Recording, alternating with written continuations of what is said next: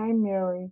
This is Lil, and I know you're probably surprised to get this video from me, but it was just some things I was thinking about your mom and my aunt, and I just wanted to say this to you.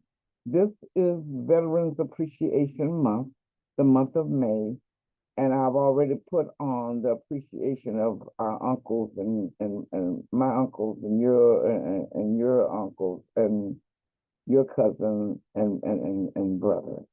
So I thought about the parents and how things are so different today than what they were when your brother was gone. I was living with you when your brother was in Vietnam, and I remember your mother. I just remember how every day she went about her daily chores. She went because she called up on the streets when we would go to Hopper. She went to the grocery store. She took Kevin to school. She picked him up. She was a mother. She was a wife. She did whatever she had to do, and she did not know if her baby was dead or alive. In those days, we had to depend upon mail, the U.S. mail. We didn't have any such apps as they do now. Now they have apps on like WhatsApp, and they have Instagram, and they have Google Chat.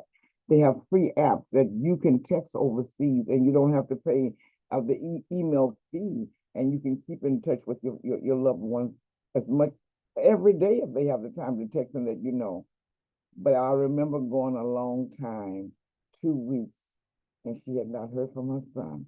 And I'm not sure if he would write her, and sometimes the letters got lost because I think she had me to address letters for her to send to him, and sometimes he might not have gotten them.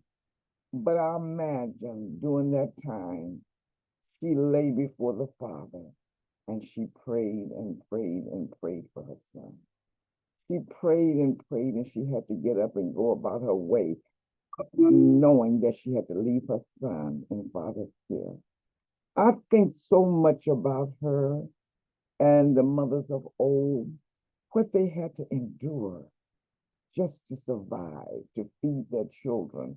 If they wanted any kind of a moral, normal life, they had to stay into these abusive marriages where many times they were beaten. If they were not beaten, they were forbidden to speak. They were told to shut up. They were treated like children. But somehow they mustered up enough of help to get up and to go about their way and still present the world with a smile. I didn't look at it this way when I was younger, but I look at now, like with your mom, she never knew her own mother. She was left with a grandfather and a 12-year-old sister to be a mother to her when she was 2 years old. She had to go through puberty, hopefully with her aunts and other people teaching her everything that she needed to know. She didn't have that mother. She never ever had, never knew what it was. And I'm sure her mother had hugged her and held on her lap, but she couldn't remember any of those things because she said to me, she said, if my mother was living, I don't care where she was, I would go there. She said, the one thing I just wonder when we get to heaven, will we know the people there? Because I want to see my mother's face. She didn't even know what her mother's face looked, but yet she survived. She's one of those generals that just kept on surviving. They took lick after lick, but they kept on ticking, just like the Timex watch. Take a licking, but it keeps on ticking. And I think about her, TT, and all the people, oh, poor Lady B, all of them, what they endured. My heart aches sometimes. I think about them and I could just cry because I realize even with a career in education and able to support myself, how difficult it has been for me. Even in the workplace, I've had issues that I probably would not have had if I didn't have my personality and I wasn't Black. I've had my struggles, but if I have to depend upon whether or not a man would bring home his money for me to feed my children, I never had to go through that. And even when I was not working, everything that I got, I was I had stewardship over it. So I could manage it the way I wanted to manage it. I look at those women. Their husbands dressed up on Friday night, go wherever they wanted to go. You had no say so about it. You don't even know whether or not they were making physical contact with somebody and bringing home STDs.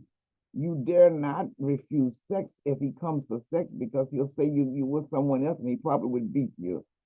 They suffered long. They suffered hard. I think about them and I say, oh my God, those were some women. They were some women. They endured until the end. Many days, I'm pretty sure they cried. Many days they felt forsaken, but they didn't give up. I believe one of the reasons that a lot of those women were able to go on because they wanted better for their children. And they wanted their children to have what they didn't have. And they kept on going. So today, I just want to remember the mothers and the fathers, but especially the mothers who had sons in service and they had to not even know if they were dead or alive. Because if something has happened to them, if he's dead, you'll see that Jeep in front of your house, and you surely don't want to see that. And otherwise, you don't know how long they've been in the bush, how long they've been there without a shower, how long they've been there without a shave. And then I think of all the men who came back from Vietnam and how many men we hear of who have drug addictions and alcohol problems. Whatever they did and saw over there, it's too painful to even endure unless they're able to roll it over on Yahuwah. They can't endure it. They had to drink to cover those thoughts. Many times they suffer from PTSD and they probably heard voices, but they had to go on. They never told their story. We will never, ever, ever know what they saw, what they were required to do. So I don't criticize them. Alcoholism is not God's way. But if they have not been able to turn their lives over to Father, they coped the best way they knew how. We cope the best way we know how. So today, I was thinking about your mom. Lady B had a son to go.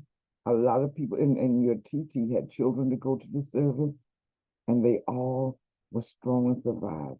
But your mom and Lady B's son went, your mom's son and Lady B's son went during that time of Vietnam, and that was really, really horrible. But God brought them back safe. And he brought your brother back, and your brother did not have an addiction problem. We thank God for that. So when I think about the women, Mother's Day has already passed, but I will always remember those women. I'll always remember with a tender heart what they must have endured. And I will always remember the price they paid so we can live today. They paid a hard price, a hard price, a hard price. I've even told you I don't think I would have been able to take it. But they were able to take it. Because if you lose your mind, somebody else is going to raise your children. If you leave there and he finds you, he might kill you. And if he doesn't kill you, how are you going to support yourself without his paycheck? So many of those poor women, and I've talked about this when I was at work with our unit psychiatrist, they were no more than legal prostitutes. And please understand me when I say this. This has nothing to do with being immoral at all. When I say legal prostitutes, you provide a service and he provides a paycheck. You keep your mouth shut. He goes when he gets ready. He does what he wants to do. When he wants the goods from you, he gets the goods from you. And if he has an STD, hopefully, you don't catch it. Those men went through something. So every day that we look at their pictures and we remember them, rather than to criticize, we must be thankful that they were able to endure what they endured so you and I can live. So God bless you. I hope you had a beautiful Mother's Day. And I hope the price that your mom, Lady B, TT, and all of the moms of yesteryears, I hope the price they paid will not be in vain. God bless you and have a great day. I love you, Lil.